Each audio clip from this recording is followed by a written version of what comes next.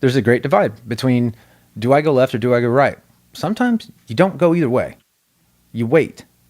And waiting is something because you're allowing the situation to develop more in front of you. And who knows, there might be a door right there in front of you that you just don't see yet.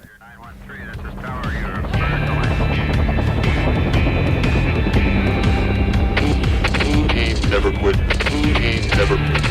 Never quit radio.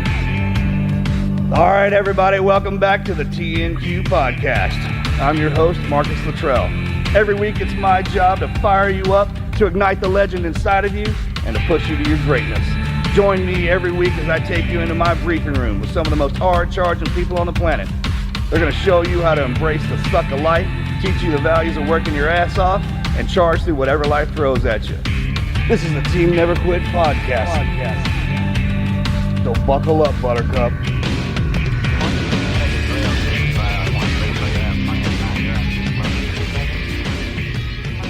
Ladies and gentlemen, welcome back to another episode of the Team Never Quit podcast. As always, thank you guys for tuning in, and please don't forget to hit that like and subscribe button wherever you're getting this show.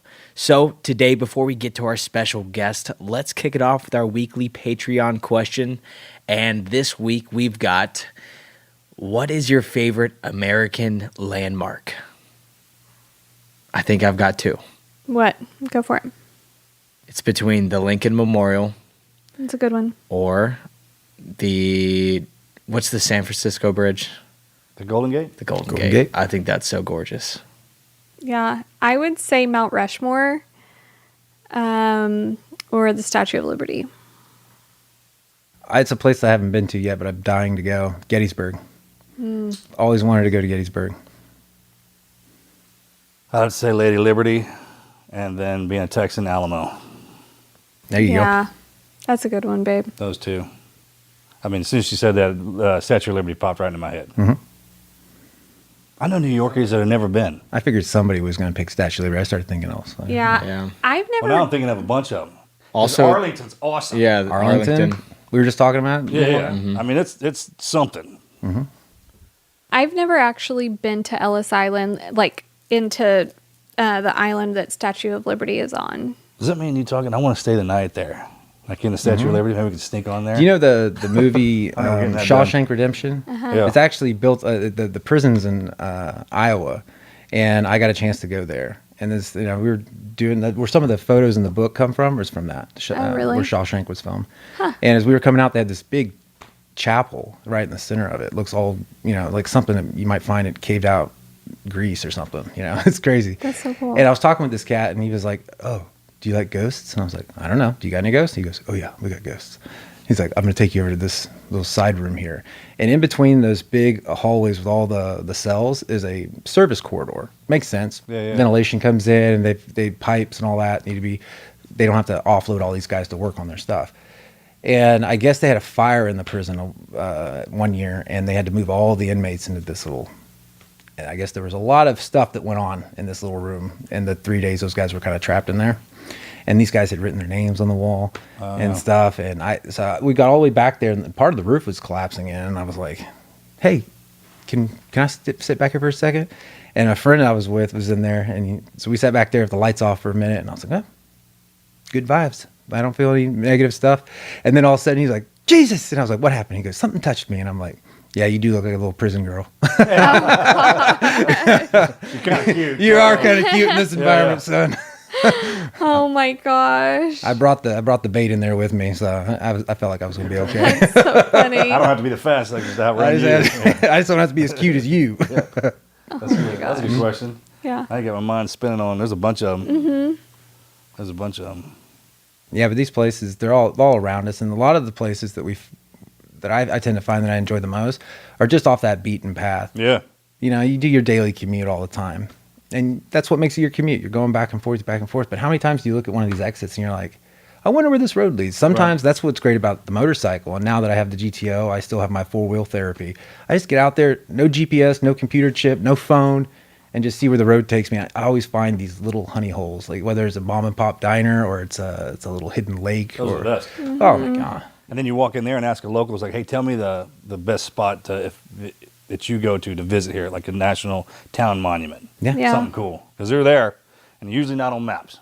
No, the best places, best things in life are free, and the best places are word of mouth. Right. You said getting lost. If you want to get lost, the best place to get lost is in America. Because at least you know you're in here. Yeah. When That's in a saving doubt. grace, man. You get lost overseas, that's different. You get lost in America, Yeah, that's, because- it's heavy. The border situation, Then it doesn't. There's no really here in the States. There's no real defining landmark. One minute you're in Texas, the next minute you're in Arkansas, Oklahoma. But in Europe, I stayed over there for a few years. You can't tell me when you leave Germany and you enter Austria, and because it's all the same. But in some places, like let's talk about Eastern Bloc countries, when we were hanging out in Romania and stuff too, you definitely keep an eye on where exactly you are in relation, because you're just one line away from being in a wrong spot at the not wrong like here, time. man. Yeah. Well, I think traveling down south is kind of the same way too, especially for kids that are, going abroad, for spring break or studying they need to be like, hey, Yeah. you have your defined box, stay within here. So For sure. Well, good, man. Well, thanks for doing this, brother. thanks for having me. So normally the way we do this, man, we start out, I want everybody to get a little bit about your backstory, where you come from. So where were you born? Where'd you grow up? Well, my full name is Clinton Beau Dooley, so that narrows it down to a couple states. I was born in Oklahoma, 82 baby, and my dad, growing up in a small town in Malgi, Oklahoma, which is about 30 minutes south of Tulsa. My dad was a Vietnam vet. My grandfathers are both World War II. One was in the Army, the other one was in the Navy, and we just had a bunch of vets. I was like your kids, man. I was out there exploring the countryside. We had huge family gatherings. This is back when we were all intact, right? When George Dooley, my grandfather, was alive. He was like the nucleus of the family. And then somewhere in the early 90s, he playing golf. He was a great golfer. He had a heart attack. He passed away. But it wasn't anything anybody could see. And On then the golf course? teeing off. Really? what? Yeah. He went out exactly the way George Dooley would have wanted to go. That's how you want to go. Yeah, some guys want to go out on two wheels. Other guys want to be teeing off. Me, I don't know exactly how I want to go. I think I'm going to stick around for a minute.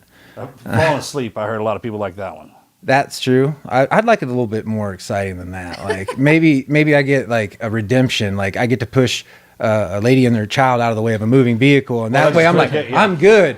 I'm good. That's a straight way to You go out saving a life, Yeah. especially a little old lady with a kid, like just stand around looking for it. Because the Like, last hey, thing man. I'd want to be is like outside of the pearly gates, getting ready to talk to old St. Pete and be like, oh man, did I do enough?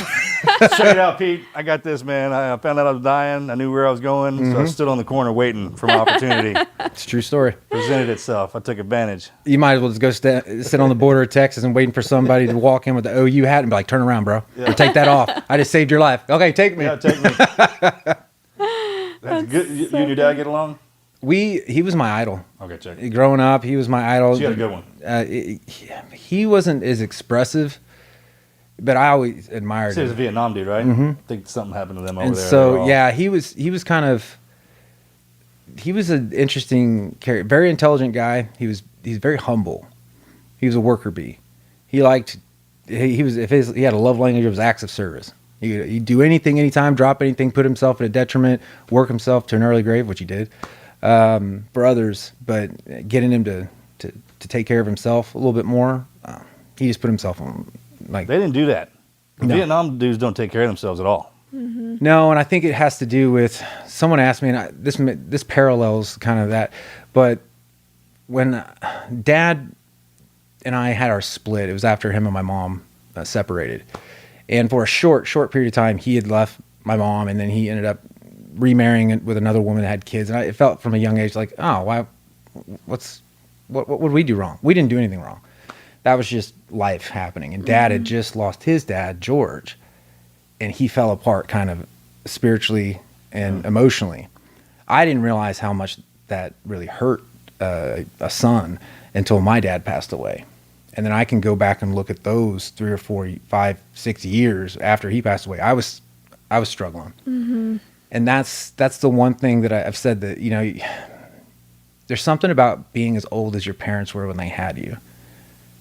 Then you realize, then you get it. This life, yeah. you're still trying to figure it out. It doesn't come with a manual. You don't graduate into a full-blown, I know what to do anytime, anywhere, especially when it comes to a family and kids kind of adult. And then you have this empathy for them, and you're like, wow, they really did do the best they could. And I'm surprised I got raised halfway right, considering all the stuff that life threw at them then. That was one of my first reflection phases. Mm-hmm. When my kids got to a certain age and where I was like, okay, when I was that age, how old were my parents? And I did the math on that one, and like, whoa, how'd y'all even keep it together? Because at that age, I couldn't have done it. I don't have kids, but I hear there's two points in your life where you might have that, is when you have your first child, or when you become as old as your parents were, or older, and you're still not, you don't have it all figured out. Mm-hmm. Yeah. And that's when you can have some grace and you can go back and do a lot of forgiving. And I think that's what you got to do, is it starts inwardly, and then you see that resentment or that hurt that you didn't deal with is affecting every other relationship in your life. And then you're like, oh, I feel so much better. That knot in my stomach that I carry around, that my need to overcompensate, my need to be an overachiever, my need for this, my need for that. Yeah. Now I can just be myself. There really are some things down here that only time can teach you. Well, that's your next question you ask yourself, right? Now that I've kind of, I just want to be myself. Well, who am I? I don't know. I haven't really checked in with myself in a long time. I ended up being a Navy SEAL or a Green Beret or a mother or a podcaster or, like whatever, a businesswoman, man, a leader. You're like, but what was I before all these things? And if you look back at all of your accomplishments, it's easy to look back at accomplishments. I think that's one thing that a lot of people tend to do, is they tend to take all their accomplishments and they put them out in front. And I told my brother not too long ago, I was like, the person, I hope you do meet a girl one day that, knocks your socks off, and you're just absolutely in love with her. But I want you to find somebody who's hiding, or not hiding, they're standing behind their failures, having learned those lessons, not hiding behind their successes. A person that constantly needs to hide behind their successes is not going to let you in emotionally past a certain point, because that's when they start to feel vulnerable. Someone who's already vulnerable up front, you can grow with that person. You don't have to grow back or stop your growth to wait for them to catch up. You can actually start new. You can immediately tell when you meet a person whether they stepped in front of it or they're still behind it. And it's totally okay. It's one day be where you need to be, and then realize, oh, it happened again. It was a knee-jerk reaction. I've been doing this since I was younger. I kind of lost my way. Need to check in with myself spiritually. I need to take better care of myself. I need to go say I'm sorry to some people and admit I was wrong in that. Even if they don't want to talk to me or they don't want to hear it and they don't accept it, it's for me as well as them. So, and that's where you eventually end up being the ripe old age of 42 and getting to do podcasts. You say sorry enough. So when you were a kid and you were looking up to your dad, did you know, because he was in Vietnam, that you wanted to go into the military? Or the first recollection I have was out at the farm.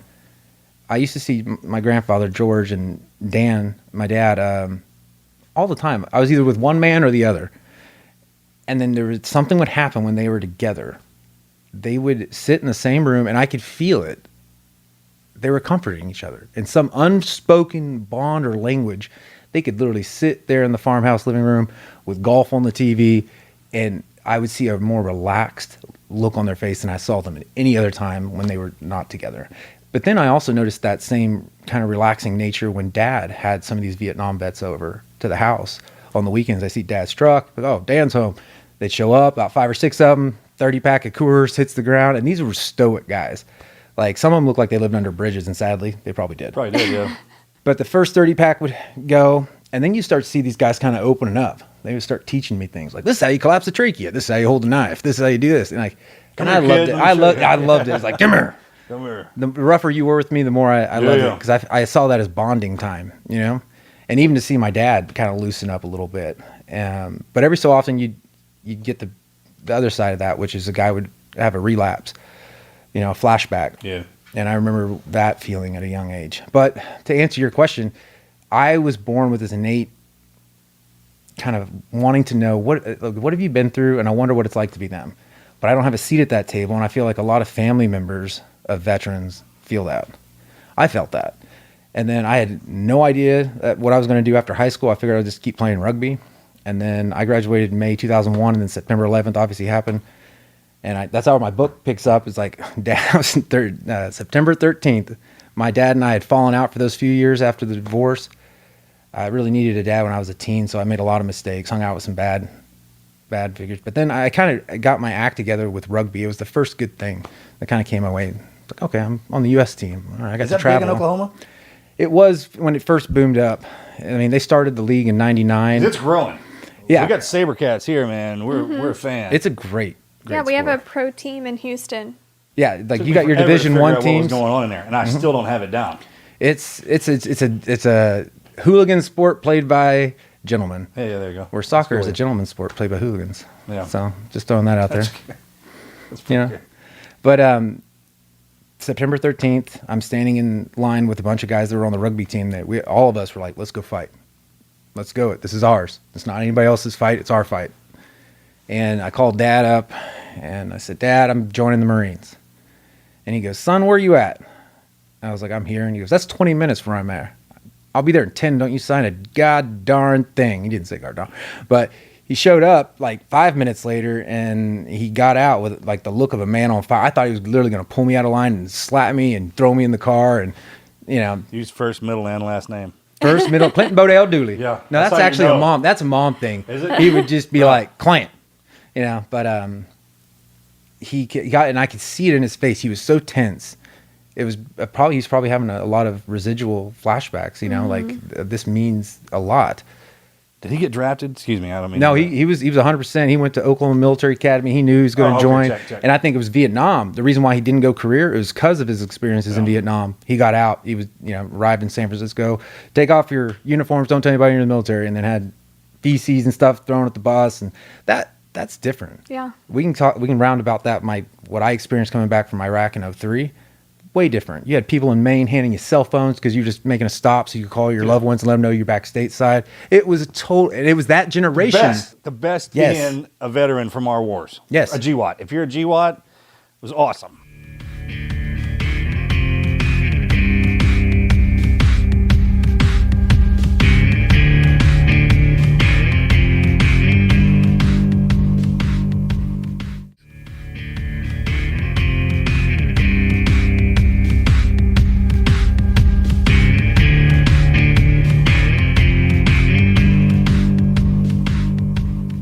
And that was one of the first things Dad told me. He was like, I just hope people realize what kind of fight this is. It's a Middle Eastern fight, and it's going to be a lot longer. And I hope the support for our troops stays up.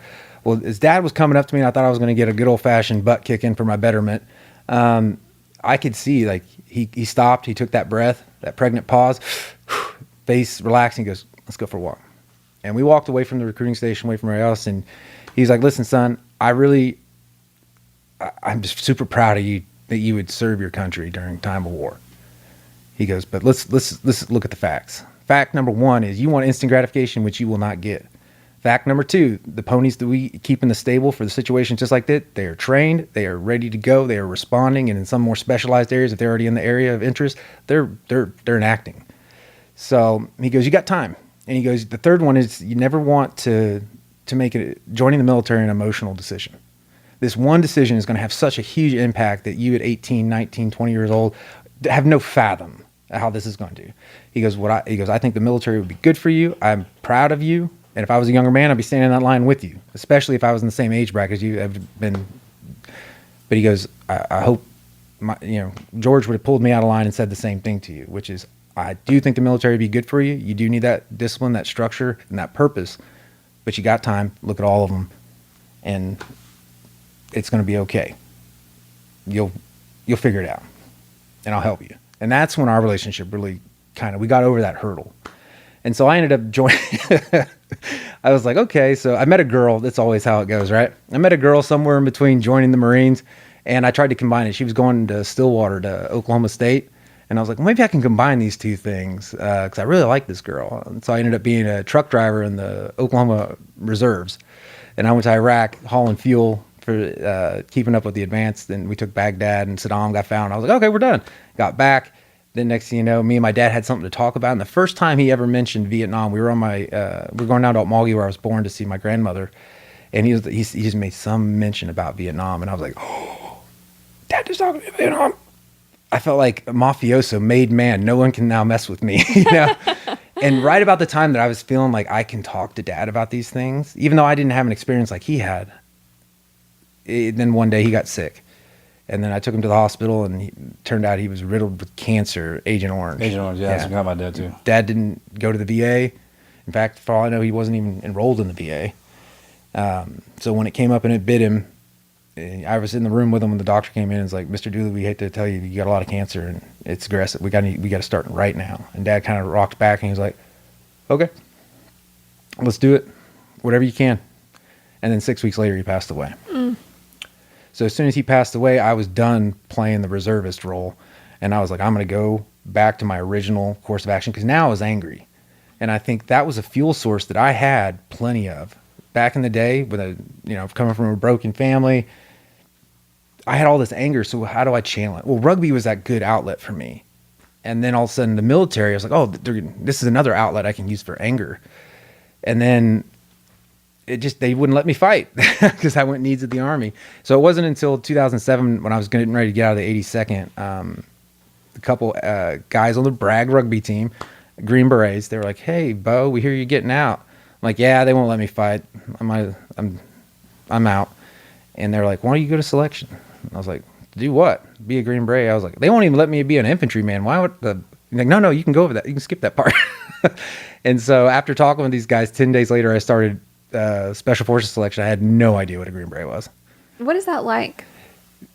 Not knowing what a Green Beret is and trying out for the special selection for the Green Berets. it was cool. What's the first day like? It's So you show up into a schoolhouse? it's a bunch of, like all Army or military events, it's a bunch of standing in line. Oh. And unlike other areas where you get this chirping from your instructors, negative reinforcement to get you to trying to see how you do with stress. Well, there it's all about how much stress do you put on yourself when there's no guidance. Well, there's guidance given, but no like that a boys or you did that wrong. Totally absent. They just want to see where you're at maturity wise. They're going to figure out if you can carry heavy things and go the distance and how you work well, tired and beaten down with other people. They'll see all that. But with the one thing they can never measure is what is this person going to do to themselves once they're left alone to their own vices. That's why a lot of guys never get told they didn't make it. They just quit. They self-assessed. How long is it? Well, back then it was 21 days.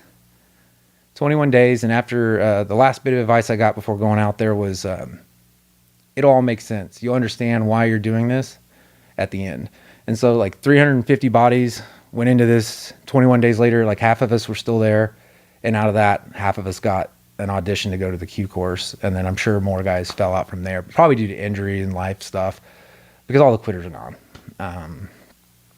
But yeah, I remember. So 21 days is just the initial. Then you go into the Q. Mm-hmm. And how long is the Q? On average, it's a year, because you got to go through small unit tactics. They don't assume anything, right? They don't assume everybody comes from a line unit. So you got some soft skill guys like me going through. And believe it or not, I got peered first in my small unit tactics thing. They're like, they always were surprised, like, you're not an infantry guy? I'm like, no. How do you know all this stuff? Because I watched you guys. And when it was my turn to lead, I just did what you guys did. And the stuff that you didn't do so well, I didn't do that. I made it my own. And I think that's a lot of life. Like, I'm watching what you've done with your life. I'm watching what other mentors of mine have done with theirs. And I'm like, I like that. I'm gonna model that. And then other stuff, I'm like, oh, it's not necessarily that they're doing it wrong. It's just I'm gonna put myself into it. I'm gonna make it my own. What's the best piece of advice I got? Like, a lot of men won't do that. Mm-hmm. I'll tell them. I'm like, hey, I was great. I'm gonna steal that from you. Mm-hmm. Do you mind? They're like, sure, it's all yours, because they got it from somebody. Remember what I told your boy in the guards? Like, everything should reflect your personality. Yeah, exactly. There's not one thing that I have that you don't say, like, that's Beau's. That has to be. Yeah. I want everybody. If I pass tomorrow, they're gonna know what my car was, what my jacket was, what my mustache You coat walk was. out the park, you're like, oh, that's got to be your ride. That kind of thing. Yeah, for sure. So that's because no one else can be you. So you spend a lot of time.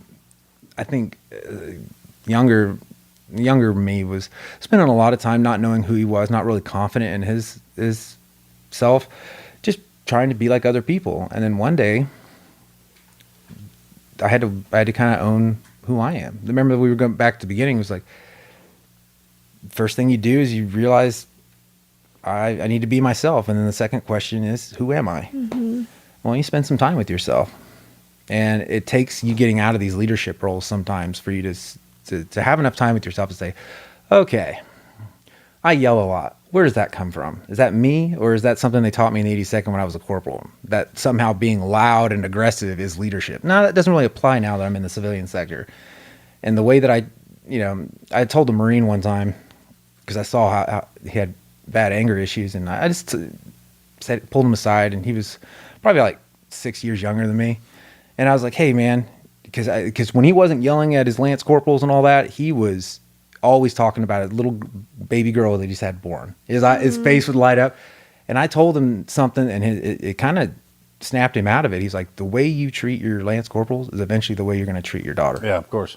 The way you speak to them, yeah, it's going to bleed over. And he was like, I would never do that. I'm like, well, start practicing now. Yeah, that's huge. Start If you don't practicing have now. the skill set, and then you get taught to do it that way, it automatically happens. I don't think you can help it. And that's the way you get, like where we're from, that's how you get people in line. Right. You don't even have to be mad. There is You a just time. come in and turn it on, and we respond to it. And then next thing you know, you got kids on the ground, and you do that to him or them, and it doesn't. I like to work. keep myself at about a 2 or a 3. So if I ever have to jump up past an 8, I got everyone's attention, because I'm not jumping up to an 8 unless it's life, limb, or eyesight. I was teaching my kid that the other day. I was like, don't be that guy that yells all the time. Be the quiet, mysterious one. So when you do have to go from your 2 to 8, people take note of that. Because the people that walk around yelling all the time are always in a bad mood. People turn them down in their head. So when they eventually do have something worthy of an 8 or a 9, like don't step there, people are already having turned down. Yep. My dad, when I was a kid, my dad would always call it crying wolf. Like even if I was playing outside, and I'm Chicken just- Little in it. If I'm yelling or whatever, he would always come out and he'd say, "What?" Because he'd always be worried that something was wrong. And I'm like, "Nothing. I'm just playing." He's like, "Don't go here. Keep your boys here. Because if you're here, I think Well, I hear something." your hearing gets extra sensitive when you have children. Yeah, he's Like, like, what? I think something's wrong. So don't cry wolf. And I think that is one of the reasons everybody says, why are you so calm? And I'm like, probably dates back to the don't cry It goes wolf. back to that saying I heard somewhere along the way. It's not mine, but be nice until it's time not to be nice. Yeah. Shit, man, that's from Roadhouse. Roadhouse. There it is. I knew I got it from some. That's Mr. Patrick Swayze. Or Dalton. There it is. Love that. Miss that man. It's like- Dude. Yeah, God, dude. I mean, help raise me. You know, the funny thing, I have the same birthday as Swayze. He was an August 18th. Yeah, August 18th, baby. Dude, he was great. He's a Leo Freaking with that great, majestic man. blonde hair and Point Break. Woo! That's so funny. The other good one. Point Break was great. The Okay. original. So when you're in Q school, is that similar to Bud's?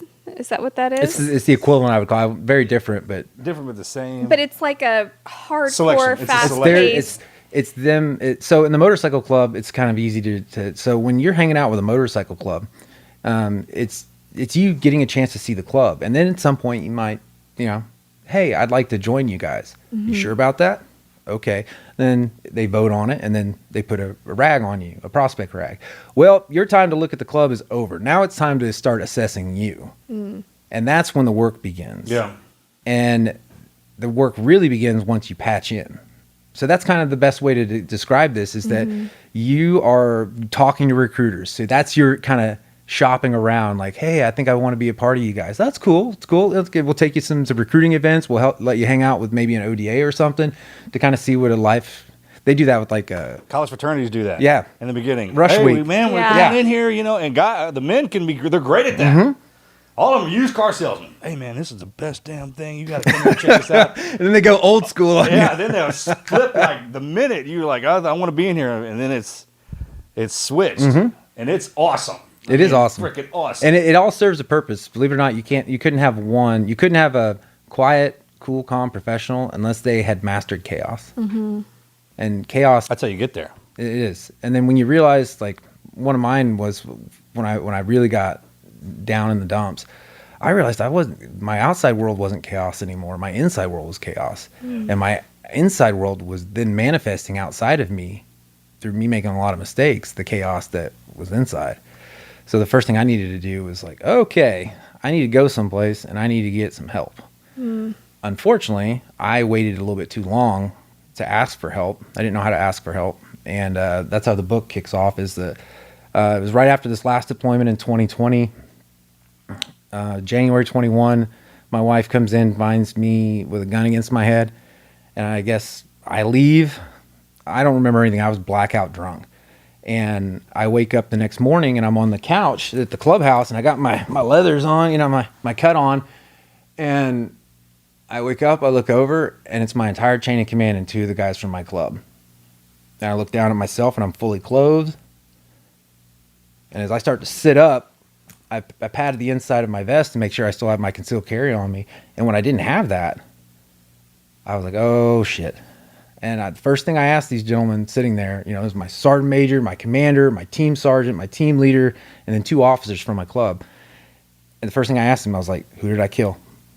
And because I had just heard about another Green Beret who had taken the lives of some civilians. And it happens. Like, and when those things happen, I think all of us realize, like, yeah, that's if we all lost control, like, I went away, my conscious self went to sleep, and I woke up and I didn't know what I did the night before. I'm capable of anything.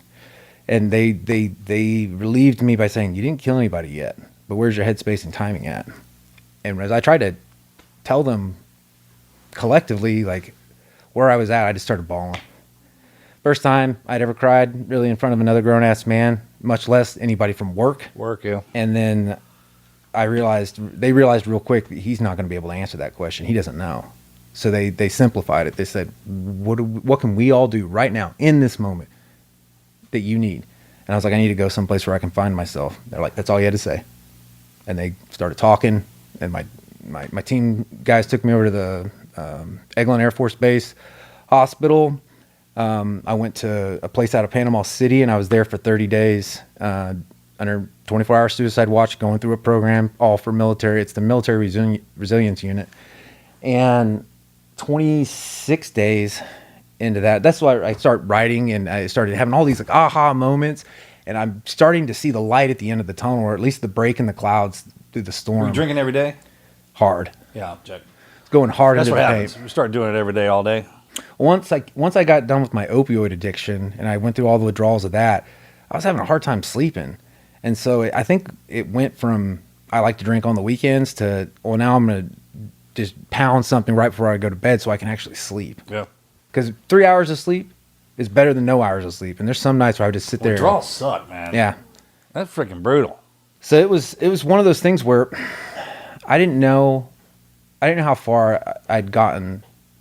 And then one day my unit was like, hey man, we know you're doing your thing, but we need you to sign this. It's basically for a piece of item of equipment that they were doing their inventories, and I knew where it was at. So I was saying it's here, and this is the name on the receipt. And as I got my phone out of the safe, I looked at my phone, and I'd only been gone out of the world for 26 days, and there was hundreds and hundreds, all the group chats, the text messages, the emails, but I don't get a lot of voicemails. And I had a lot of voicemails. And as I signed this document and sent it off to them, I was like, well, let's see who's been calling. And it was one of my best friends, Brian. He was a teammate of mine.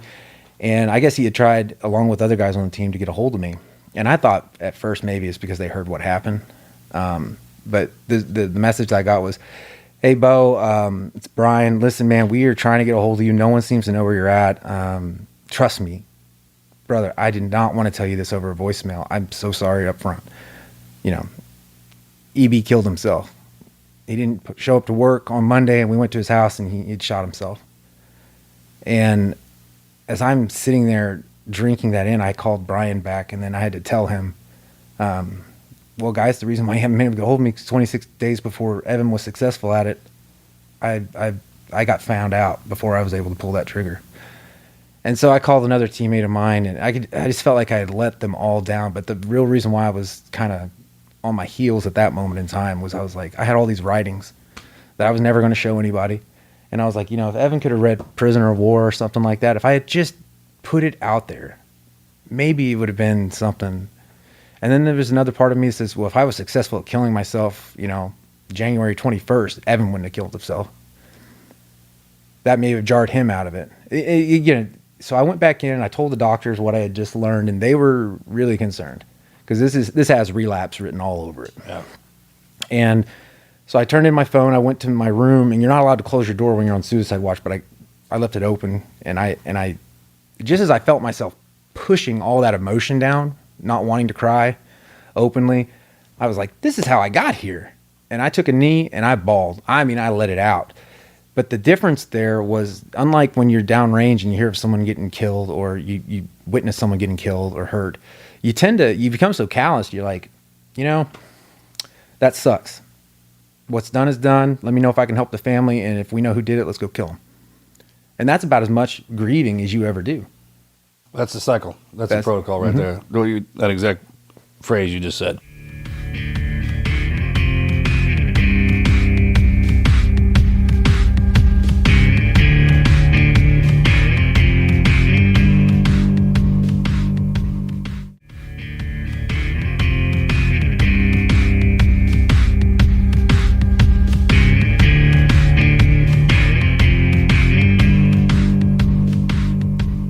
And this time, because I grieved for my friend right there in that moment, even when I got out of the hospital, I went to the funeral and I was linking up with guys and we were talking about him and the good times. But I felt the emotion of it, but I wasn't overwhelmed by it because I wasn't trying to keep a bottle on it. I had let it come up, and if it needed to come up again, it knew it could. But it didn't overwhelm me. And it didn't feel like I was using 90% of the energy that I had to keep it bottled. I think that's another reason why guys can't sleep and they get fatigued. And when you don't sleep right and you're fatigued, that's when the devil, he comes and knocks. Worst. Like that third or fourth day of no sleep. The problem is you just fall out. Like at dinner in town. And then you're waking up on the table and you're like, what happened? Well, I mentioned it so I don't tell a single war story in the book. I think that's what makes this it's a collection. It's of a bunch of poetry and prose and a narrative that kind of lets you about the healing process. But I take people into my sickest, darkest thoughts. And I wrote these not with anybody to ever read them. I wrote them as a way of getting them out. And one of them, the prisoner of war one that I put in the center of the book, it was one that I wrote while I was downrange. And I could read it to you guys real quick. Yeah. Just to give everybody a context as to, because if there's one that anybody is out there may never read the book. That's what I was going to ask you. Which one of those hit you the hardest? This was the one. And so I'll prelude it with this. I wrote this because I saw a bunch of guys doing 21 push-ups a day. I worked the night shift. We were just dropping and unloading. We were Afghan police via the jock that last one. I was the NCOIC at night. And when I'd get out during the day, I'd have my omelet, I'd do a quick workout, and I'd go to sleep, and a couple hours later, I'd get up and do it again. 7 days a week, 8.5 months, no days off. But I watched these guys doing 21 a day push-ups, and that's when I first realized that was the average number at that time for veterans taking their lives on a daily basis. And as I watched these guys doing their push-ups, I got mad. I don't know why I got mad, but I got mad. And since I was a closet writer, I was like, I'm going to express this feeling right now. And this is what came out. Well, when I got up the next day and I read these words, I was so shocked by what I had written that my ego jumped up and said, no, Beau, that's not how you feel. You're just being creative. Well, when I read these words 3 months later and I was in the hospital after almost taking my life and my friend had just taken his life, I realized, I was in this place. And there was something from my subconscious trying to get through and say, hey, danger, warning. But my ego was like, nah, don't listen to him. Again, pushing it down, not letting stuff come up, but keeping it suppressed. But it's called Prisoner of War. So this one's barred and caged within my mind, a prisoner of my own design. The guards of guilt, the warden of war, my fellow inmates are the disfigured faces of the dead, watching me with empty eyes. When the lights go out, the voices whisper words of torment in my head. My shame is my sentence. My crime is having survived. For I, a lesser man without children, have lived. And while better men's children are held no more. I dig a tunnel of self-destruction in my effort to escape. My tools are drugs and alcohol laced with self-pity. Anything to avoid the now and the guilt I've accumulated. Deeper and deeper I crawl into a space of isolation. Those who check on me see only the mask I've left behind. The voice they hear is nothing more than a forgery of hope. Simple pre-recorded responses claiming all to be fine. The truth is, I was never really here because I never really came home. The man you knew is captured by the past, unable to see a future free from sorrow's heavy change. Fresh depression served daily as my only meal. All that came before my imprisonment has long since faded from my memory. Sitting here alone in the dark, I hold in my hands the very key to my jail cell's door. For I am a prisoner of my own design, and I'm barred and caged within my own mind. Institutionalized by my pain, looking for a way out, I pull my key's trigger, bang, leaving you all in shock and disbelief. So if there's someone out there listening to this right now and they relate to that, even a little, ask for some help. It's okay Call a to buddy. get help. Yeah. Call a buddy, ask for some help, because you might just be calling your friend that is T-minus 26 days out. Don't wait. And don't wait to say, hey, I mean, and I see it time and time again. I will drop everything I'm doing, fly halfway across the country and go sit on a guy if I think he is. And not because it's it's like, it's usually, it has a combination of you're not sleeping well. You probably have some prescription meds that are mixing horribly with your alcohol consumption. Alcohol, And Because when we're in, we can't have all those. you're not you right now. That's basically what that I show up is. I show up until I see them again. Once they can convince me, I see in their eyes my brother. Okay, you're good. You may not be good, but you're that was a dangerous spot that you needed to at least have somebody sit on you for 72 hours and just be there for you. Yeah. Don't let you keep drinking. Take your guns, put them somewhere else, and just make sure you're okay before you give all that stuff back. You haven't broken any laws or anything like that. But if you want me to take them because you need more time, I'll take them. I'll take them and I'll give them right back to you. No cops are called, no nothing. Just let us help you. There's resources available. I miss that so much about the fraternity. Is like, man, you have to wake up and apologize in the morning to any of them. It's just like something that went down. And then how many times you walked in and it's just like, hey, just the fact that you're sitting there. That's all they need. Separating us when we get out messes with our generation for whatever reason. That wasn't good for us. Yeah. I got a chance to see that. So in 2012, I left active duty and I went home for 3 years because my wife had lost her mom in a car accident. And so I learned about this in between deployments with my team. And because I lost my dad, I knew exactly what kind of psychological impact that was going to have on her. And that's when this fractured portion started. For the very first time in my adult life, I all of a sudden was separated. But what made me a great Green Beret initially, and just a good soldier in general and a good person to be around, was the fact that my heart and my ass were in the same place at the same time. But when I realized my wife needed me, but there was no freaking way I was going to let my team go back to Afghanistan without me, that's when I realized I have two masters. And my heart stayed broken there with my wife, and my ass went back down range. And I was a very different teammate. And yeah, the guys could tell very, like, what is up with Beau? He seems like he's got dangerous intent in everything he does. Well, when you leave your heart at home and you go to a place like that, it's easy to lose yourself in the violence because you no longer have your moral compass leading the way. Yeah. And the lifestyle takes over. Lifestyle takes over. And there's a friend of mine who's a Marine who did several tours in Iraq early on, and he had a hard time. And Over or back? when he came back. Yeah. And even Meredith mentioned it to me one time. She was like, what's up with him? You do this all the time. And I was like, I think he has bad blood on his hand. The rules of engagement back then, they used to drop these these corporals off. Yeah. If it moves after dark, kill it. 11 o'clock. Yep. If it moves after dark, they know they're not supposed to be out. That means they're up to no good. Yeah. They're snooping and pooping, and we're going to put them to rest. And we had those kill boxes. And then you have those guys, those young guys that had those immediate, "That boys, you're a killer now." Yeah. And that's one thing in the moment. It's another thing to go back and try to live with it. And for that moment in time, I felt pretty good because I just reminded myself all the times I didn't pull the trigger. Case in point, we were in this gun battle one time, and a U.S. kid, young guy, had been shot through the face, and we pulled up. We got him out of there, and on a medevac bird, but he died later. And This is not right. This is in Afghanistan, and as I'm turning back towards the fight, I'm ready to.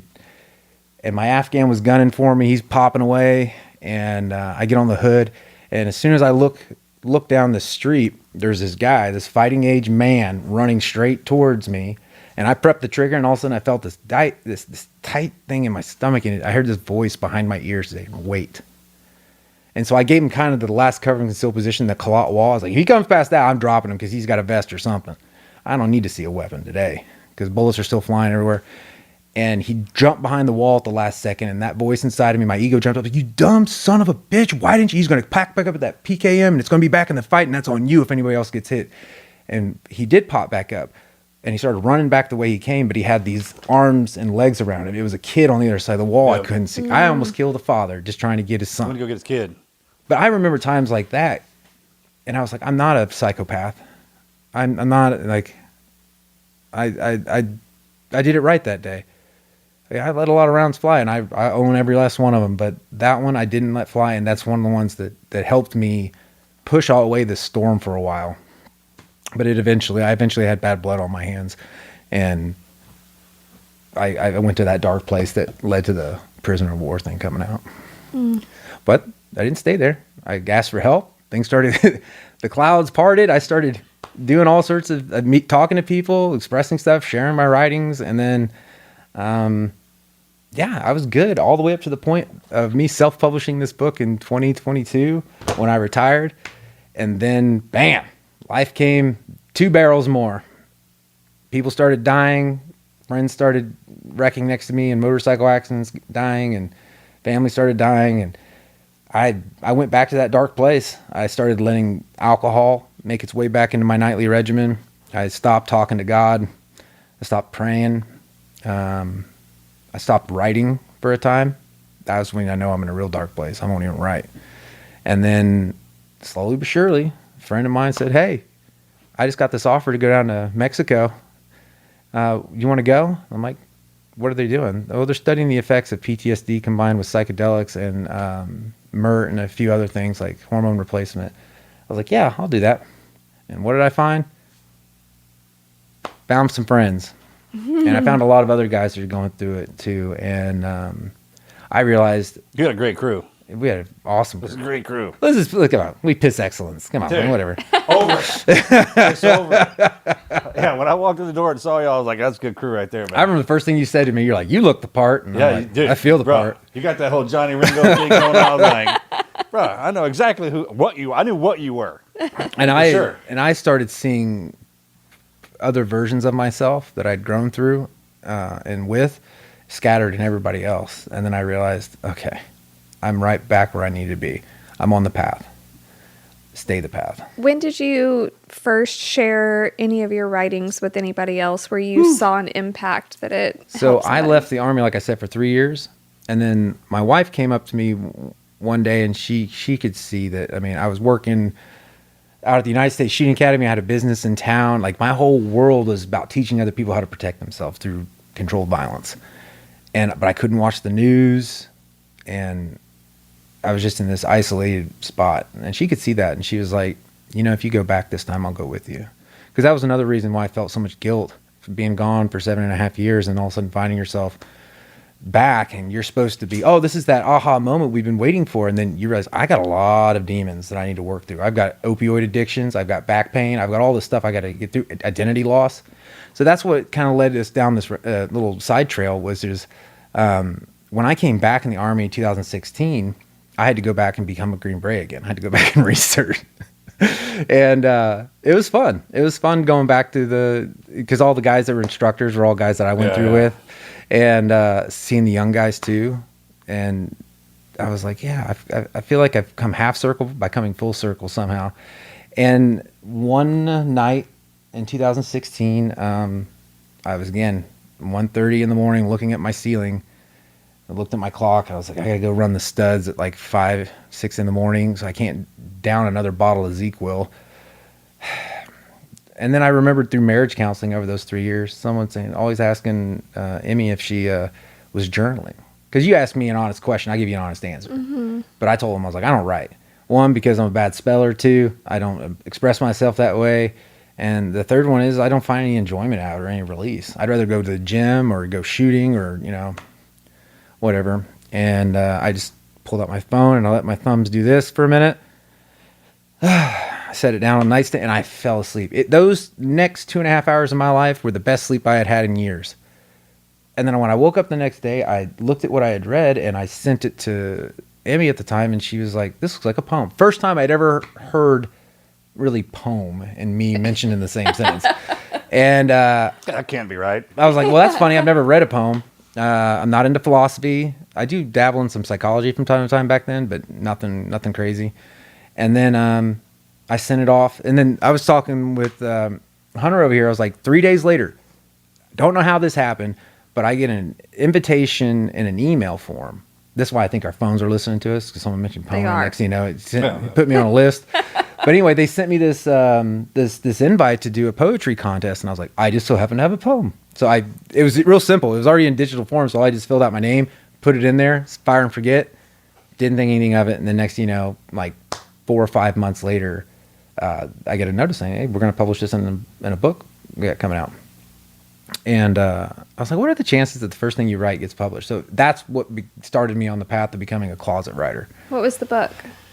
I don't know. It's like something. It's a poetry collection. I have like a couple copies of it. I don't think I've ever read anything. That's so cool, though. It's like a compass something. They do it every year. They do. It's a nationwide thing. Everybody sends their stuff in, and there's only so many pages in a book, so there is a limited number of spaces. But I thought that was pretty cool. And really you'll cool. find it in this book. It's called Arlington.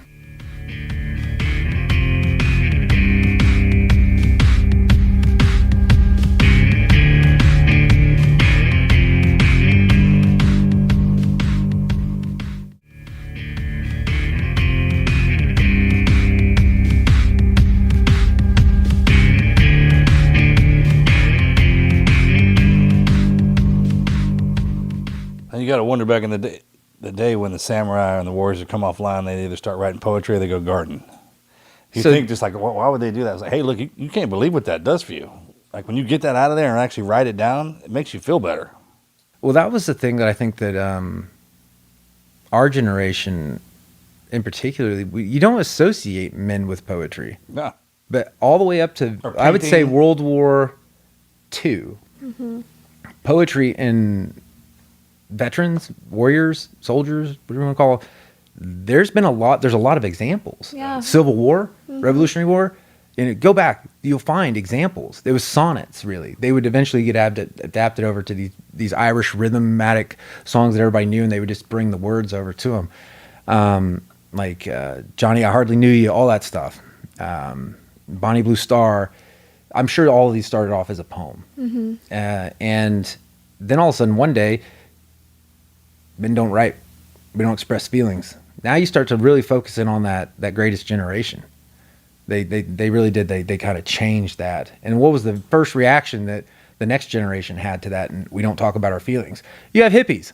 You have the Yeah, there was a divide there. That's there's when a they came huge online, divide. yeah. The moment you try to bottle that human emotion, what does it do? It comes back, and it's so much. It's then you have. Now we're getting to Yeah, a the baby point. boomers.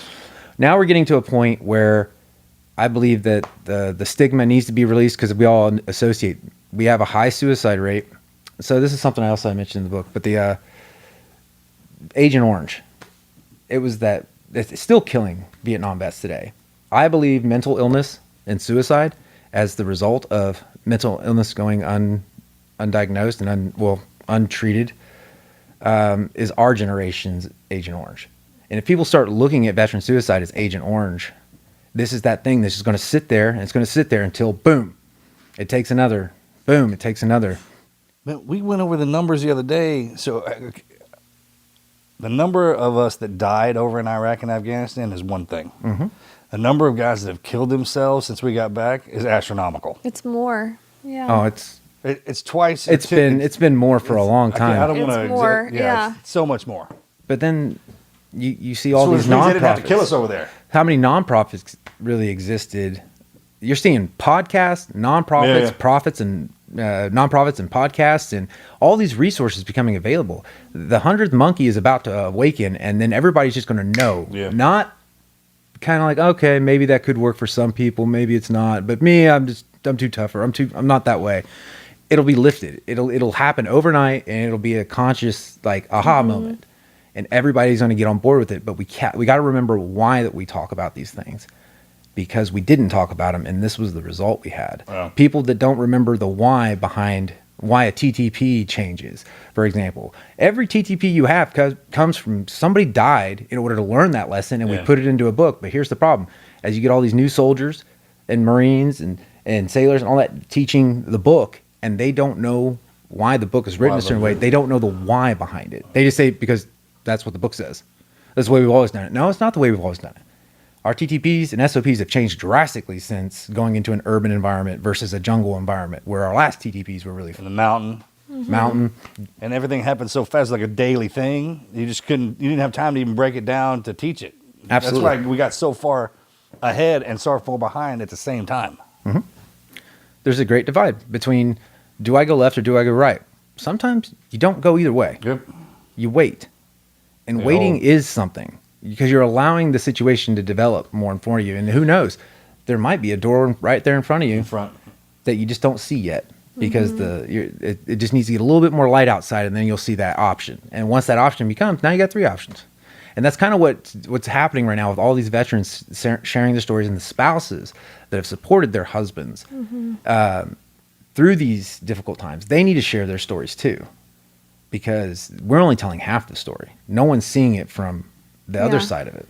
I try to be honest and hear about what I put my wife through and what I went through. I don't hold anything back, because at the end of the day, I wanted to do 2 things with it. I wanted to prove that a tough guy could talk about his feelings, share it with other tough guys, and nobody at the end of the day pulled his man card. In fact, they respect me even more, and they'll come up and talk to me. Yeah. But this is how it happens, because it happened in the motorcycle club. Once I had physical copies to hand out to the guys, they would read it, and then I'd ask everybody on the chat, like, hey, what'd you guys think? Crickets. Okay, that's fine. At least you read it. Thank you. And then we'd be out at the clubhouse or an event, and you'd see the guys like, at Dooley's by himself, and they'd walk over, hey man, you know that thing you wrote? I really respect it. I relate to it. And I'm like, why don't you share that in the chat group? Because there's still that, they're afraid to be vulnerable.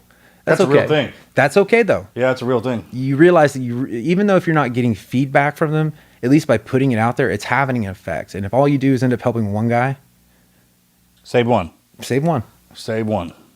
Save one, and you save an entire world, an ecosystem there that is forever changed. And they may not know why, but hey, at the end of the day, I don't have any kids, and all I had, this is another reason what I was hoping to find in my dad's stuff. I kept dad's stuff in a little storage unit for about 6 years before I started. One day I got back, and I looked at it, and I was like, I still had dad's socks, his underwear, all his Velcro tennis shoes, lazy man. Coming in a New Balance. I was like, Dad's not in these things. And I started getting rid of them. I started donating them to Goodwill and stuff. And then eventually I started going through all these papers. I'm like, there has to be a journal in here. If I have this thing inside of me, Dad probably had it inside of him. I didn't find anything. I found some prayers, though. And I cherish those. I put them on my fridge. That's just as important. That's the way he just expressed knowing Dad himself. was a man of faith. That allowed me to be a, you know, I was telling Marcus, I mean, like I had this necklace for almost 2 decades now. For the first 12 or 14 years, it was always turned around. And I used to say something, you know, masculine to myself, like, that's just to keep the demons inside from lashing out. Maybe it's true. I don't know. But really what I think it was because I knew that I had faith, but I was living outside of what it is to there's a difference between knowing the path and walking the path. And one day I started walking that path, and it hasn't flipped back around since. And the more I walk that path, the more I'm strengthened and reassured that everybody they instinctively know. And one of the things that I was in an AA meeting one time, and this old 160th pilot, he was my sponsor. And he goes, Beau, I think you're going to change the world for the better one day. You seem to have a lot going for you. But this was early on in I'm talking about like 2014 at this point. But he goes, what you need to do is you need to reverse this one thing. You think you're a human being here to have a spiritual experience. Reverse it. You're a spiritual being here to grow spiritually by having a human experience. And sometimes you stumble into a truth, and you know it's a truth instantly.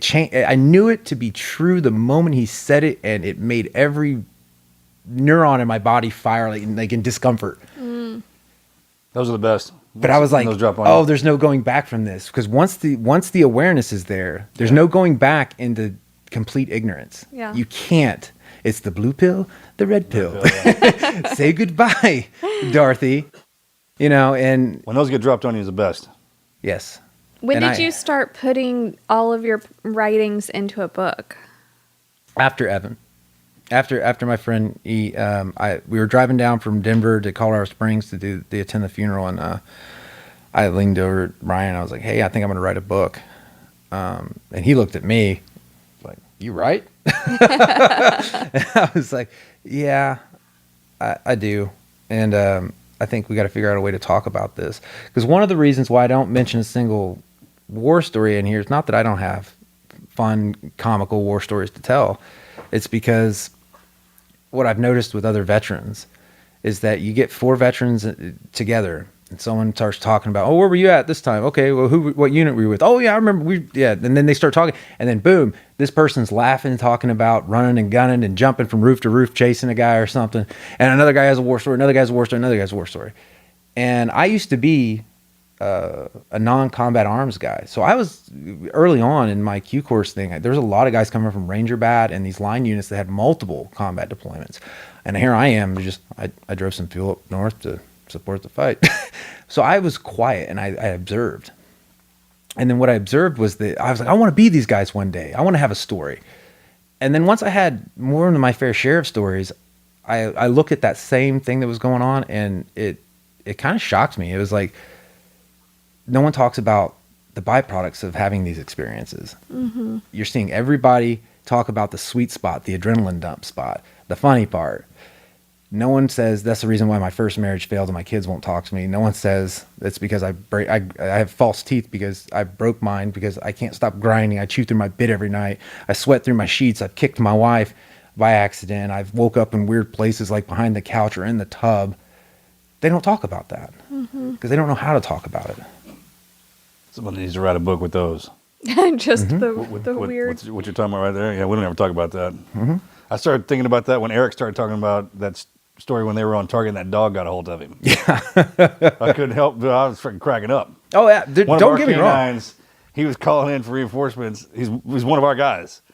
And one of our dogs got a hold of him. But he's got an awesome scar, too, on his calf from that. Gosh, that's terrifying. Yeah. It's funny. Yeah. It's funny now. You self-published that book, but I you self-published it. It was originally 236 pages. I put the original manuscript on Online Book Club. For 2.5 years, I get updates on my phone for people who are just now reading it. And I took those, and basically there's a lot of people like, dude, this is great. Yeah. This is brave. This is an authentic voice to the thing, blah, blah, blah. Not the same blah, blah, blah, like I don't appreciate that. I do. But I kind of gravitated towards the 10 or 15% that had criticisms of it. And then I looked at those criticisms like, hey, he gets kind of long-winded here. He repeats himself. He finds 6 ways to say the same things throughout 3 or 4 writings, and it gets kind of monotonous. It kind of lost me here with using too many acronyms. And so that's what this book is. It's 170-something pages of me whittling that down to just staying in line with the message. Because at the end of the day, if they're not going to read, I would rather them read 170 something pages and then be like, wow, that was an experience. I cannot wait to show this or talk about this with my book club or my spouse, versus, or it's good up front, but then it gets kind of long winded, but it finishes good too. I wanted to get rid of that part of it too. So I know you've been talking to Andy Simmons. Is this book going through like a publishing? Yeah, Ballast is got it right now. I'm taking it off of the platform it's on right now. It's actually getting picked up by them, and then we will launch it later this year. So where can our listeners log on to get a pre-order on that? Once Andy and those guys are done with their thing, it'll be they'll have it everywhere. They'll have it Walmart, Target, Frenching it up there. Go 10th Group. We have a Target down the road. Amazon. Barnes & Noble, Books A Million, Amazon. And I'm actually going to do an audiobook because, believe it or not, there's men who don't like to read. You reading it yourself? Yeah, I'm going to read it myself. Okay, There's good. men who That's don't important. like to read. Well, I actually signed up for the service with them, but they were going to have an actor do it. And I was like, I know that if I was reading a book like this collection, I don't want to hear it straight from the horse. You know, I can get a pretty good look at a T-bone steak by sticking my head up a bull's ass, but I wish I could get the butcher's word for it. I want to be that butcher for him. I'm going to show you, this is a T-bone steak. Yeah. Yeah, that's good. Right? That's Texan of me. I'm not here in Texas. I'm here to sell steak. That's good. I love it. So you think what, the fall? Yeah, it'll definitely be, since it's almost a complete product as is, we're changing font and sizes and it's stuff that's not going to be super in-depth. And what's the name? How can people search for it? It'll be You This Is Me Over by Beau Dooley. It'll be Ballast Book Publishing. Yeah. But they'll do all the heavy lifting and make sure that it is available on Amazon. Yeah, anywhere you would find a book that you would normally go. You should be able to go there around September, August, late August. Type You This Is Me Over in, and it should pop up. I think if you go to Ballast Books website, you can sign up for their newsletter, and they send an email out when they've got a new book coming. Yeah, absolutely. So our listeners should do that and They take order care of this. their own, too, yeah, once you get in there. And at some point they'll do pre-orders. So maybe we can help push on Team Never Quit on our website to do Everybody pre-orders. get a copy of it. Yeah. The way I see it is, I didn't write a book to get rich or anything like that. I wrote it because, well, things happen, and if I go tomorrow, I don't want my story to go with me. Yeah. Because it's not really my story at the end of the day. It's our story, and it speaks to a much larger story. It just has this really intimate focus on just this guy and a guy like me and my wife going through this experience. And if you can relate, you should probably add to the story. So I was always thinking it'd be kind of cool to follow this book, You This Is Me Over, with You This Is Us Over, getting a bunch of veterans to send me, maybe if they want, they're closet writers out there, they send me their stuff, we can kind of find it. Like, okay, now that I shared my story, this is none of the stuff you're reading here is, I'll narrate it, I'll put it all together. Yeah. But this is other people kind of keying in on those and bringing additional points into those because somebody just shared some closet writings. You can I have love daily that. reading on YouTube. Just I guess. Open that sucker up. Yeah. Take title, read it, close it. I wanted, like, the last thing I want to do as far as I thought about doing that for you. I want to do a children's book one day. Not that it'll have anything to do with this. Yeah, but right, yeah. It'll be like The Poet That Didn't Know It. I'm going to start telling kids. The poet. The new Poet Mr. Didn't Know Rogers. It. No, but thank you guys for letting me come on here. You It's bet, been bro. great. Good job, And I man. love your guys' studio. Like, the whole Thank experience. If you. you guys ever get a chance to come out here, top notch. Thank you. Thanks, man. Yeah, we good job. actually did that with Marcus's second book, Service. Mm-hmm. We did, there's a whole chapter where it's other people's stories. That's awesome. That's in there. So Well, I want a I signed love- copy before I leave. I'll Yeah. read it on the way back. I love I love that concept. Well, thank you for coming on. People that are listening, go to ballastbooks.com and Even if they don't have it listed yet, you can at least send them an email. Say, hey, when this comes out, I want to be on your Yeah. Yeah, notification. This is me over. Yeah. Awesome. Thank you. Thanks, brother. Thank you, guys. Cheers. God bless you.